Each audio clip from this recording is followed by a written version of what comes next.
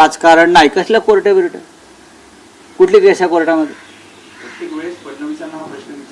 कुठली केस आहे कोर्टामध्ये सांगा ना. मागे घ्या, सरकारने टाकली असेल ना. आरोपच खोटा आहे. त्यांच्यावरचे आरोप खोटे असल्यामुळेच तुम्ही त्यांना मिनिस्ट्रीमध्ये कॅबिनेटमध्ये घेतलं ना.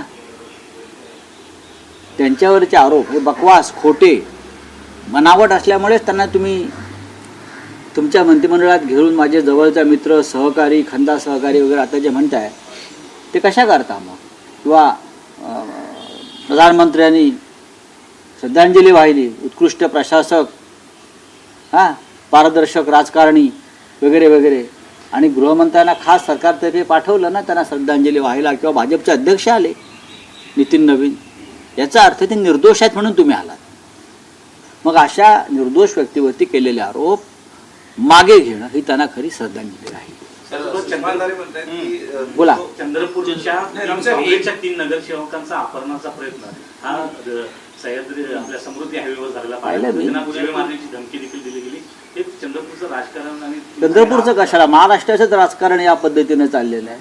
अद्याप मुंबईचा महापौर निवडला जात नाही. का निवडला जात नाही? तारखा पुढे पुढे जात आहेत.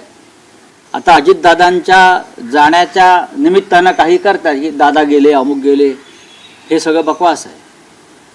ह्यांच्यामध्ये अजून मतभिन्नता आहे. समित्यांचं वाटपाची चर्चा अडकलेली आहे.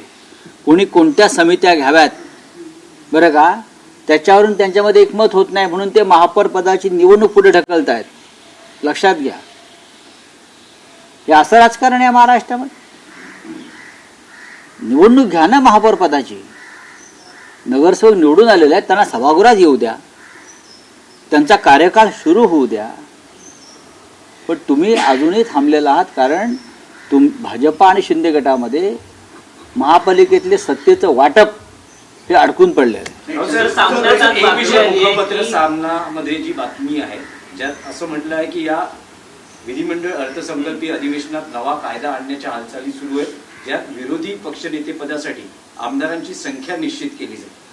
बघा, हे शिवसेनेला किंवा विरोधी पक्षांना विरोधी पक्षनेतेपद मिळू नये यासाठी चाललेले डावपेच आहे. अत्यंत